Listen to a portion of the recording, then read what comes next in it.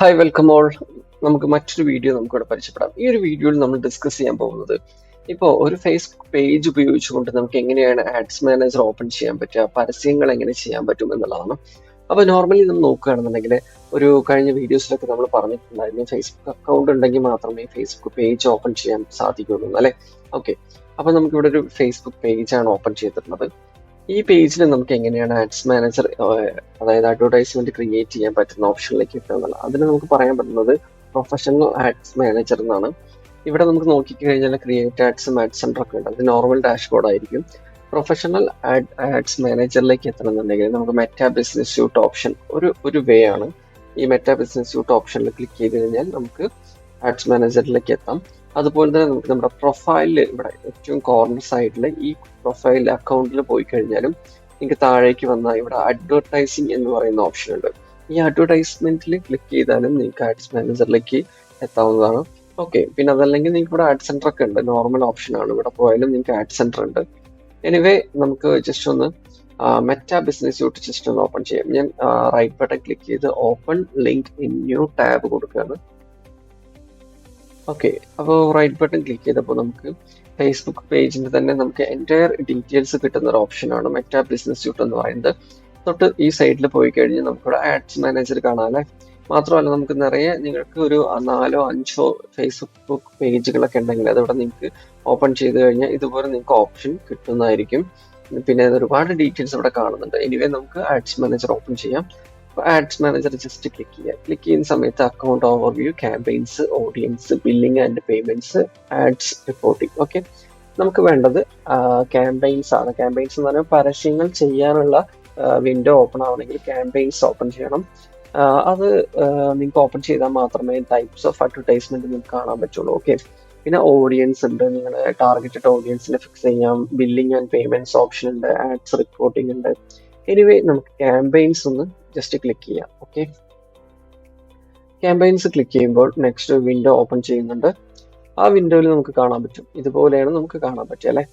Correct ആയിട്ട് പറയുകയാണെങ്കിൽ നമുക്ക് എന്തൊക്കെ ടൈപ്പ് ഓഫ് അഡ്വർടൈസ്മെന്റിലേക്കാണ് മൂവ് ചെയ്യേണ്ടത് അത് ഇവിടെ നിന്നാണ് സ്റ്റാർട്ട് ചെയ്യുക. ഓക്കെ, ഇവിടെ നമുക്ക് കാണാൻ പറ്റും ഒരുപാട് ഓപ്ഷൻസ് ഉണ്ട്. ഞാനിപ്പോൾ അതൊന്നും പറഞ്ഞ് കൺഫ്യൂഷൻ ആക്കുന്നില്ല. ഇപ്പൊ നമുക്ക് അത്യാവശ്യമായിട്ടുള്ളത് ഈ സൈഡിൽ പോയി കഴിഞ്ഞാൽ ക്യാമ്പയിൻസും ഓഡിയൻസ്, ബില്ലിങ് തുടങ്ങിയ കാര്യങ്ങളുണ്ട്.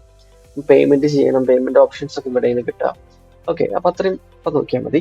അപ്പൊ നമുക്കിവിടെ നോക്കുന്ന സമയത്ത് നമ്മുടെ ആഡ്സ് മാനേജർ അക്കൗണ്ട് ഓപ്പൺ ചെയ്തിട്ടുണ്ട്. ആഡ്സ് മാനേജർ എന്ന് പറയുമ്പോൾ നമുക്കിവിടെ മുകളിൽ നിങ്ങൾക്ക് കാണാൻ പറ്റും ഒരുപാട് അക്കൗണ്ടുകൾ നമുക്ക് പോർട്ട്ഫോളിയോസ് ക്രിയേറ്റ് ചെയ്യാൻ പറ്റും. പോർട്ട്ഫോളിയോന്റെ ഉള്ളിലായിരിക്കും ബിസിനസ് അക്കൗണ്ടുകൾ വരുന്നത്. ഓക്കെ, അപ്പൊ ഇങ്ങനെ നമുക്ക് നിറയെ അക്കൗണ്ടുകൾ ഓപ്പൺ ചെയ്യാൻ പറ്റും.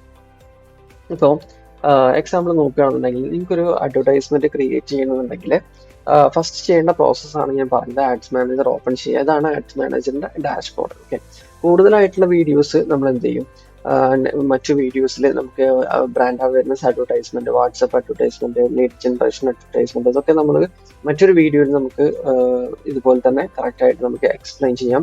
ആ വീഡിയോ നിങ്ങൾ എന്ത് ചെയ്യാം, ഞാൻ അപ്ലോഡ് ചെയ്ത് കഴിഞ്ഞാൽ കറക്റ്റ് ആയിട്ട് കാണാം. ഓക്കെ, അപ്പോൾ ഈ ഒരു വീഡിയോ ഞാൻ ഒന്നുകൂടെ കൺക്ലൂഡ് ചെയ്യാണ്. ഈ ഒരു വീഡിയോയിൽ എങ്ങനെയാണ് നമുക്ക് പേജിൽ നിന്നും കറക്റ്റ് ആയിട്ട് നമ്മുടെ ആഡ്സ് മാനേജറിലേക്ക് വരിക എന്നുള്ളതാണ്. അപ്പൊ ഞാൻ ഒരു മെത്തേഡ് കാണിച്ചാലേ. ഓക്കെ, അപ്പോൾ നമുക്ക് മറ്റൊരു മെത്തേഡും കൂടി ഒന്ന് ട്രൈ ചെയ്ത് നോക്കിയാലോ.